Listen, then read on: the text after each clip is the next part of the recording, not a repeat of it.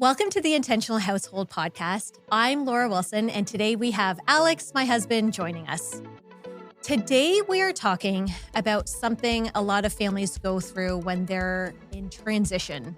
So whether this is a family with all their kids transitioning out of daycare into school, or a move, or a new job, it is figuring out the type of help that you actually need and getting it. You and I, we always wanted a nanny. We wanted a nanny because we wanted someone who would help with the cooking and cleaning. I think I'll step back. It's not that we wanted a nanny. It's that we had no family around us to help us with the child rearing and household responsibilities that we had. The nature of us living in Toronto. And it just goes to that adage, it takes a village to raise a child. Well, we didn't have a village around us, so we had to create our own village. And that led us to initially getting a nanny because that served our needs for a period of time. But then, now, do you want me to tell the story? Or do you want to tell the story about the transition period when you realize that, wait a second, a nanny isn't the right person that I need right now? Mm-hmm. Yeah, because a transition period could also be growing your family and having another child. So we had a nanny, like we said. And the reason we had a nanny is because everyone we knew, they hired a nanny. That was just the thing to do. They didn't hire like a household manager or a housekeeper or a cook. Everyone hired a nanny. So we're like, well, hiring a nanny is the thing to do. So we had a nanny. She was wonderful, and she did help with the kids. And still today works with us. Yes, she does still support us. But I can recall vividly one moment when so we had 3 kids at this point, and when I was busy in the kitchen cooking, and I was also cleaning all the dishes, and I could hear the kids in the background playing with our nanny and having so much fun. And I remember thinking, but I want to be part of that. I want to have fun with the kids. I don't want to be here cooking and cleaning. Let's switch. And so that's when I think we had a discussion, like our needs have changed and our youngest will soon be going into daycare and we don't need a nanny anymore as much as we need someone who will clean for us and walk the dogs and cook. So yeah, that was the point when we realized, because if you find yourself with less time available, you're stressed or just like resentful of some of the tasks you're doing, that's a time to recognize that maybe it's time to change or to switch your help. I want to drill down just a little bit further, just the feelings we had at that moment and what we realized we could do if we were shifting the different tasks that we needed help with. Mm-hmm. We basically said, okay, once our youngest goes into daycare, so that was after 18 months, we don't need someone around the house during the day at that point. At that point when he needed actual, being looked after our child. But what we realized if by shifting those tasks that we needed help with, that we could unlock more time with the family. And specifically when you look at unlocking that dinner around that dinner time, as you were saying, you were preparing meals and then cleaning up after the meal.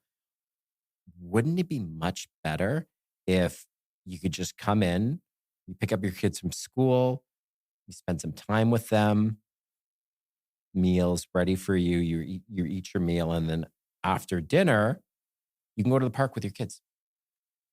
And I just wanted to drill down on that because people realizing the moments you're getting with your children by unlocking this.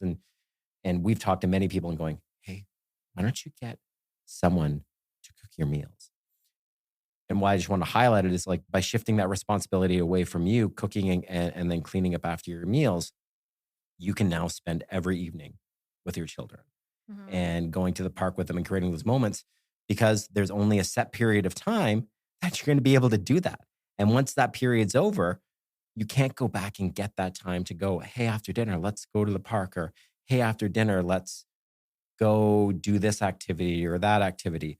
But we have the complete freedom to do that and no stress to do that because we transitioned away from the nanny to the cook/cleaner. And the nanny was needed. There was a period they were needed. But as the children aged, the transition came. And the key point is sitting down and writing out your priorities and getting clarity on how you want to unlock your time. I think it can be really easy for a lot of families to skip this step and stay loyal to the nanny that helped them because they're the employer. And I can see a roadblock being, well, like, what are we going to do? Just leave the nanny high and dry because we want someone to cook for us now instead. But the reality is they're serving that purpose for that period of time. And I think most nannies don't expect to be supporting you forever because you don't have kids forever. A lot of people, they want to be working within their strengths and their skill set. I'll go even more, and we'll relate back to our experiences. You did give the opportunity to the nanny at that time, and you said, "Hey, we're transitioning away from child rearing. We're looking for more these services in this role. Are you interested?" She wasn't interested in moving towards that. And just to your point, where you feel a need to hold on to the nanny, do a service for them. Have you had a conversation with them? And a lot of times, there are specific nannies that want to take care of specific age. Like there are nannies that are great with babies, but don't want to deal with toddlers. There are nannies that don't want to deal with babies or toddlers, but maybe want older children that are more capable in doing their own. But you have to have that conversation with the individual, and they're okay with moving on because in their ideal world, they want to be dealing specifically within a certain area. Yes. So before you sit down and have that conversation, what I would suggest couples do is do an assessment of all the tasks that they're currently doing and putting them into 3 different buckets, which would be what tasks or activities energize me. Because believe it or not, there are some household tasks or activities that can energize individuals. That could be something like gardening. Some people actually get energized by cooking. I once did, but I don't anymore. So that's what energizes you. The next one is what drains either your energy or drains your time. And it's important to recognize that because while you may not dread doing the task, but it takes time away from other things that you could be doing. So what drains my energy, drains my time. And I'll jump in. I want to give an example of that. And I give this because, we've lived this. We've evolved. For specifically, when we talk about the draining, Laura didn't like going to the grocery store. That was a dread and a draining of time. So I said to Laura, I'm like, Laura, big deal. I'll go to the grocery store. And she's like, absolutely not. You are not going to the grocery store. And because I need you around here helping around the household. That is not a good use of your time. I didn't find it draining. I'm like, no problem. I'll go to the grocery store. But it was a draining of time. And she's like, no. You're not going. There are more efficient ways to do that. So just give clarity to people out there. Hey, you may think you're doing something, but hey, there are now delivery services that deliver groceries. Yes. The point is it's taking away from the things that matter most to you or your priorities. And then lastly, you have a category of what is essential, what's an essential task for me to complete, but it's draining. And the reason we want to differentiate that is because there are essential tasks such as, for us, putting our kids down to bed is essential for us. That is draining though as well. Well, it's absolutely draining, especially when you bring them a Yogurties and feed them a bunch of ice cream and candy with that. I did, not before Laura. Bed. I did that before that bed this weekend. Absolutely a draining bedtime. Hyped up on sugar. But we want to at least identify that because there are strategies we can do. We aren't going to have someone put our kids down to bed 7 nights of the week, but maybe we'll do it 6 nights of the week and then we'll get someone to support us the 7th night. So we want to identify that. Do you feel stuck in a cycle of daily tasks with no time for what truly matters? At Intentional Household, we provide a holistic solution to your household challenges. Our unique process identifies inefficiencies and transforms them into opportunities for growth and peace of mind. It's time to live intentionally. Visit intentionalhousehold.com to learn more. So it's, again, what energizes you, what drains you or your time, and then what is essential but draining. Whatever task it is, it should fit into any of those 3 tasks. If you're like, I don't mind doing it. It doesn't bring me joy, but I don't mind it. Okay, that's draining then, because that's draining your time. So you are going to put all these tasks into different categories. For example, getting kids ready for school. What bucket would you put that in? Well, I'm not that much involved in it. Okay, I would call that one essential but draining. Okay. School drop off. Well, that's essential. Okay. Breakfast cleanup. We do that. We don't, because that is draining. So we have delegated that one out. So what you're going to do is, before having the conversation with your current support, let's just say the nanny, you are going to categorize all of the tasks that you do in the household into these 3 different buckets, so that when you come out with these draining tasks, that is going to be the foundation of the support that you need. So you're going to take this and recognize, okay, our needs have changed, and these are all of our needs now. So now cooking may be on there, whereas you hired the nanny and cooking wasn't on there as an expectation. And you're going to have this new list of needs. And then you can have the conversation with I'm just saying nanny because for us, it was a nanny. And you can have the conversation with the nanny like, you know what, with our youngest going into daycare, our needs have changed. We aren't going to need full-time help anymore. Our needs have shifted to, and then these are the things on the list so that it's crystal clear. And then we said, like, is this something that you would like to help us with? And it was a no, because cooking wasn't in her skill set. And she understood. She's like, yeah, my job here is done. There's no one here during the day anymore. And so it was a mutual understanding. And this conversation was done a couple months in advance to give her lots of time to look for a new job. And so that we also had time to look for our next support. But as far as I understand, there was no resentment because it was open communication about our next stage of life. You know, it goes back to running your household like an organization. If a task is complete and the individual that was performing that task doesn't want to transition into a new role, then they're free to go find another opportunity somewhere else. If there isn't a role that you can create for them, and again, that individual still does work with us. It's just not a full-time basis, but she is on the list of babysitters that comes and helps us with our kids, or if we're doing an overnight getaway, she's someone that still helps with our children when we still need that child care help. It was just a transitioning away from that, and then she could pursue opportunities that best filled her skill set that, again, she wanted to do. Just like any organization, you want people doing things that they want to do. And I mean, some organizations have seasonal roles. You know, you hire that person and it's very clear that you may only need them for a period of time. And then that time is up and they move on to a role elsewhere. So it's very similar, I would say, because if you continue having that person because you're, well, I hired this nanny and I don't have it in me to have this conversation, it's not serving you. And that will lead to resentment and you picking up. Now, I'm not saying picking up the slack, but I was doing a lot of the cleaning after the kids went to sleep and we had 3 kids and I wanted the house in a certain state. I would be cleaning from the time they went to bed until the time I went to sleep. And you were like, this is not sustainable. We need someone who can do this instead. So you really want to think about what is serving you and not keeping someone just because you feel like there is a loyalty to them. I like how you brought that up in regards to, I forgot about that conversation where you were cleaning up, before bed. And I'm like, well, this is impacting your mood.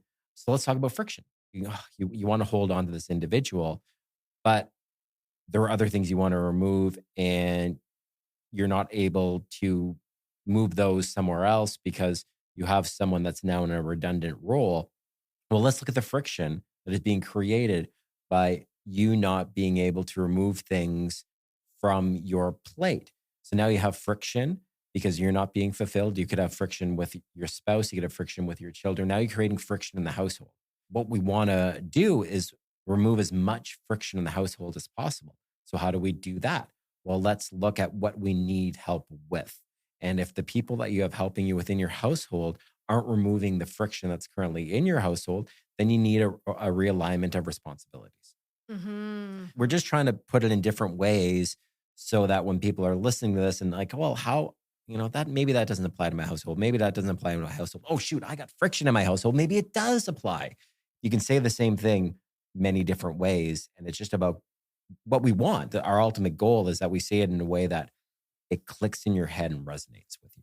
I can actually see how my cleaning until bedtime created friction for us, because if I am spending the evening cleaning and you are watching your show. Absolutely. Well, let's frame it in another lens. I'll give an example how this could create friction. Two different ways. Number one, and this is just me personally, I have difficulty going to bed if Laura hasn't gone to bed yet. Okay. It's not a vice versa thing. It's Laura can go to bed without me, no problem. But I have difficulty falling asleep if Laura hasn't come to sleep yet. That's friction number one, if she's still out doing responsibilities.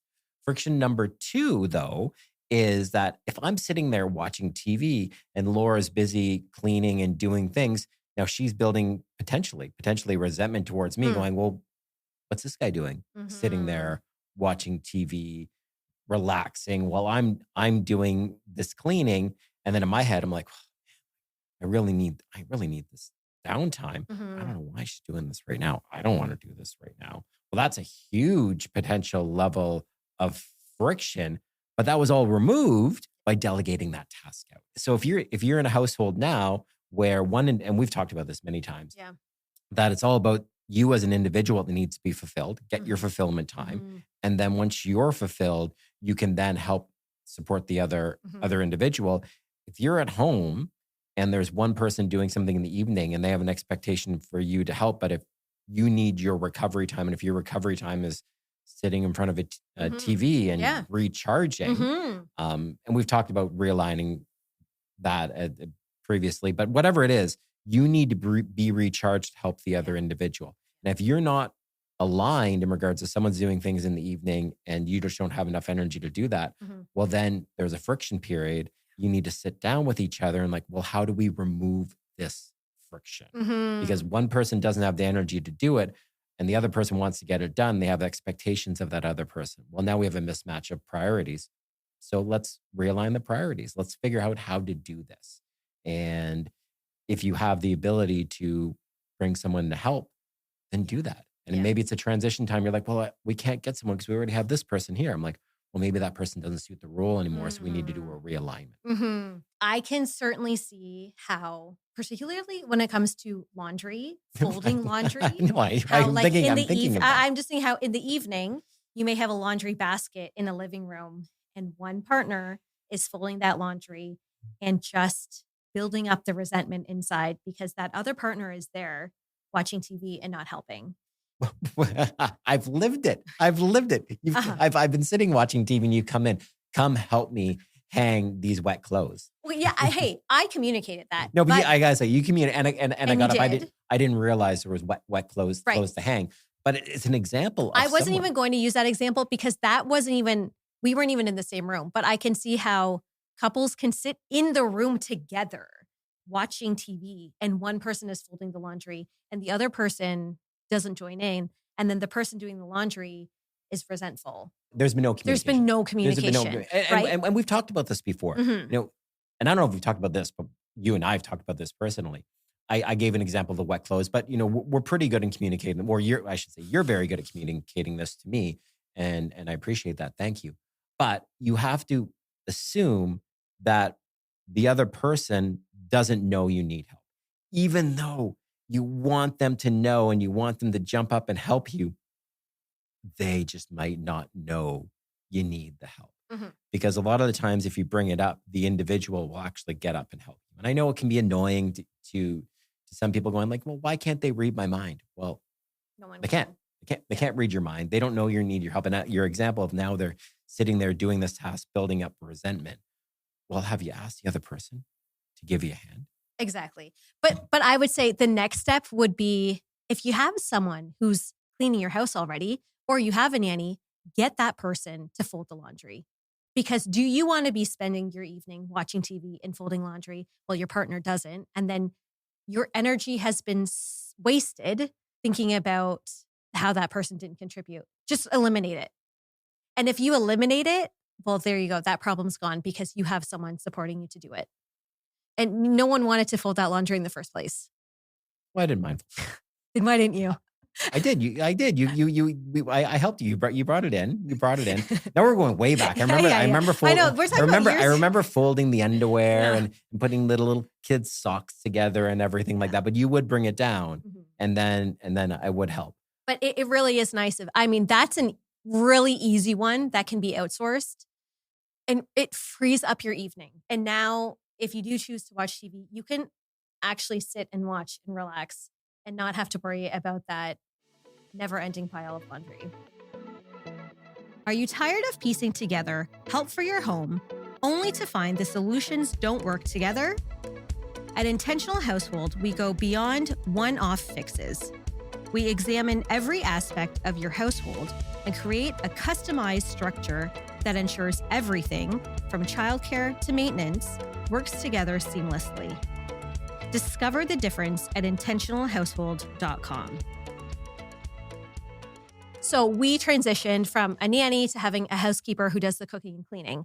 And our nanny said, I don't want, this isn't something I want to do. But in many cases, the new job description could be something that they want to do. So yeah, maybe the nanny doesn't want to cook and clean, but if it was something like, hey, she was already walking the dogs for us. But if it's something like, I really need help as a house manager, I need someone to help like with this scheduling, and if someone's doing home repairs and they're meeting them, or I need someone to help run errands, that kind of thing, or like organize the household clothing and the books and just do anything that may clone me. And people do want to, it's almost like an upgraded role.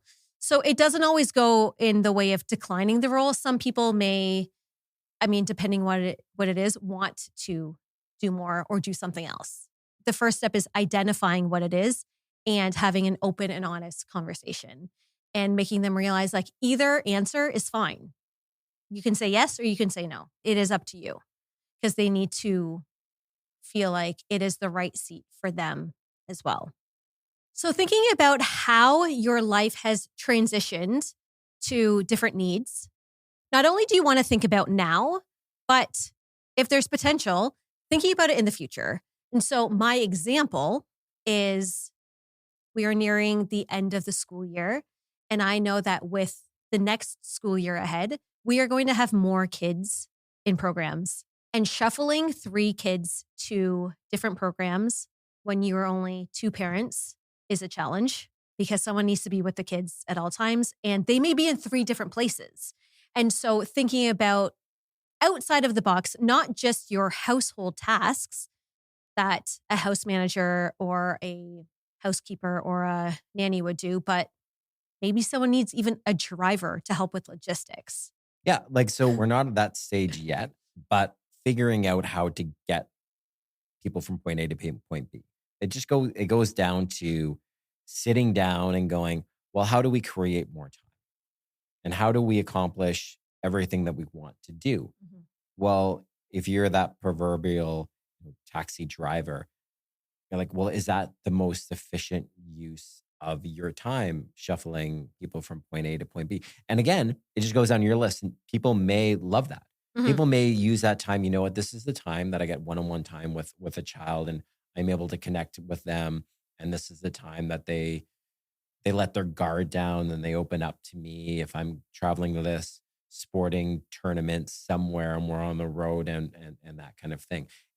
I'm not saying that you're giving that up, but what you can do is you can strategically plan going, hey, is this something that I want to do? And am I bringing them to practices? Or maybe I'm bringing them to the out of town tournaments on the weekend, but at practices, I can come up with a plan to get them from point A to point B, and I'm not necessarily involved. It just sitting down and then building a plan around that. Is it a driver? It doesn't have to be something that costs money. Is it something where now we have, as a group of parents, there's other parents that are on the team, and now we have a pickup schedule that we're coordinating between all the parents. There are different ways to tackle these problems, but it all comes to sitting down and figuring out what's the best use of your time and how do we use the resources that we have at our hands. So again, there's a paid model in regards to hiring a driver. There's a free model in regards to coordinating with other parents that are in that activity and creating a carpool system. But if you don't take the time to sit down and deal with it, and it is something that's an issue for you, it's going to, again, go back to that friction. It's let's remove the friction that is causing issues within your household, within your relationships and everything like that. Let's tackle these before they become an issue. So we're talking about transitions today. How do we reallocate our resources, whether it's time, money, help, to better suit that our needs today and in the future? And I think it's also important to recognize when you have your list of items that you want to outsource or that you want support with, is recognizing that anything is possible. Because someone may look at that list and be like, driver, that one's unrealistic. But there are solutions for everything. Well, and let's use the driver example again. Okay. There are going to be parents out there that do not want to drive other kids around. I don't want to deal with that. That's something that really drains me.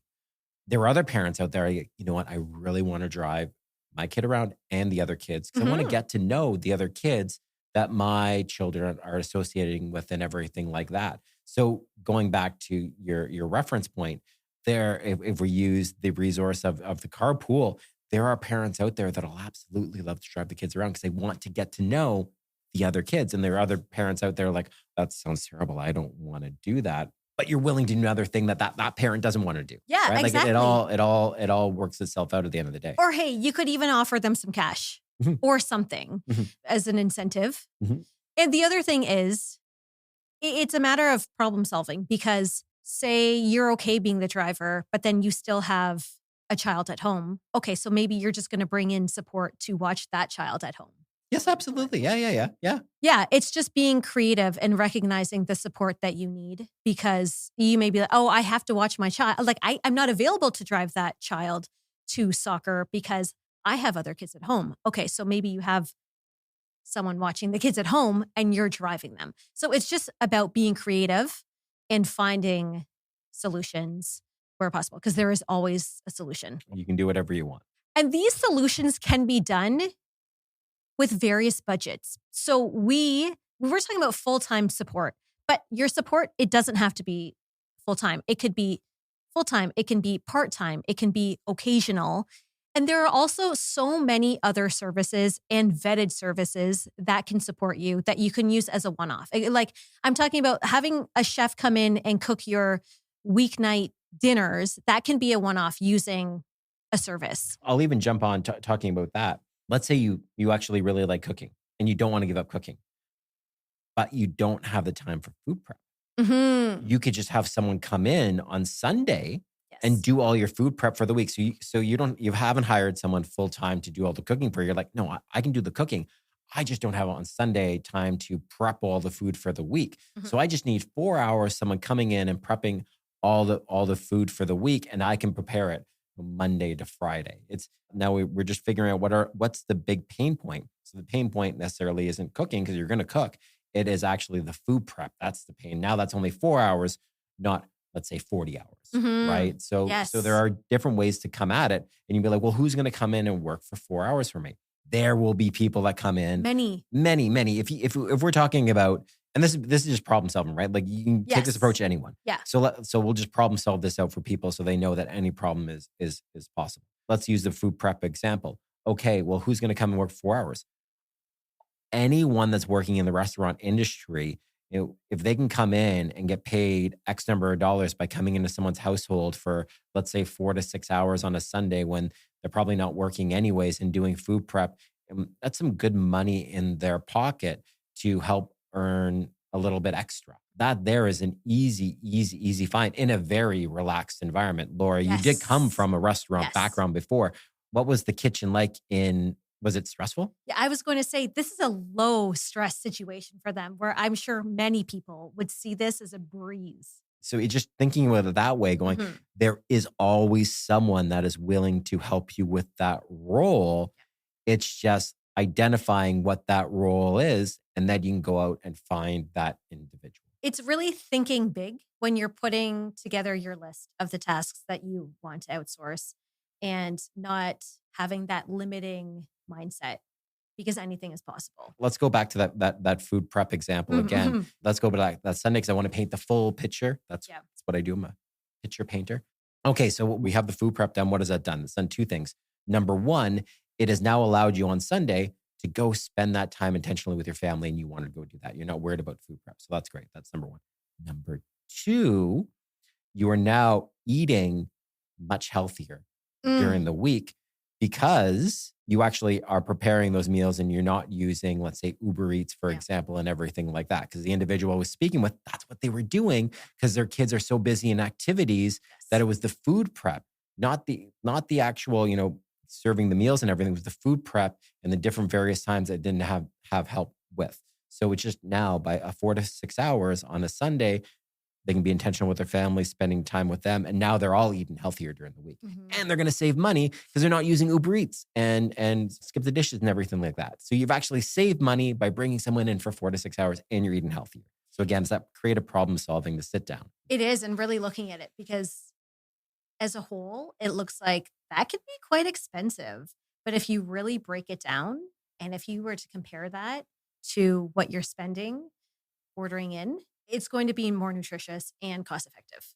So for anyone who is in this transition period, whether it is a growing family, new job, you've recently moved, or just aging kids, or you see transition in the future, really sitting down and identifying where you need a shift in help and really identifying what it is you're doing right now and putting those tasks into the 3 different buckets of what energizes me, what drains my time or drains my energy, and what is essential for me to do, but it also drains my energy or my time. And then from there, using those draining activities as your foundation for the support that you need and being creative and using your problem solving skills to find the support so that they can offload those tasks from your plate. It's all about the why. So I want to paint a little Yes. picture. Mhm. I just go back, we talked a lot about food and everything's relating back to what we've done, but I can look now and think about taking my kids to the park. And I've seen the growth of my kids at the park. So watching my daughter on a swing, and I've had to push her before. And now this year, I push her and she knows how to keep going on the swing. She extends her legs out and then she tucks them back in to keep her momentum going. And I'm like, wow. I'm like, that's so cool to see watching her, being able to swing on her own. I get to push her and see her swing on their own. But I was able to experience that moment Mhm. because I was able to go to the park after Mhm. dinner Yep. with the kids. So it's whatever that moment you want to see, whether it's, seeing your child score a goal in a sport or watching their dance recital or whatever it is, you're creating that free time to have these moments for yourself and to spend with your family. So it really comes down to as your family grows and evolves, so should your support. And I'm going to add, don't you want to be there for those moments? Mhm. Because guess what? If you don't take advantage of those moments now, you can't buy those moments back in the future. Thank you for listening. We look forward to seeing you next time.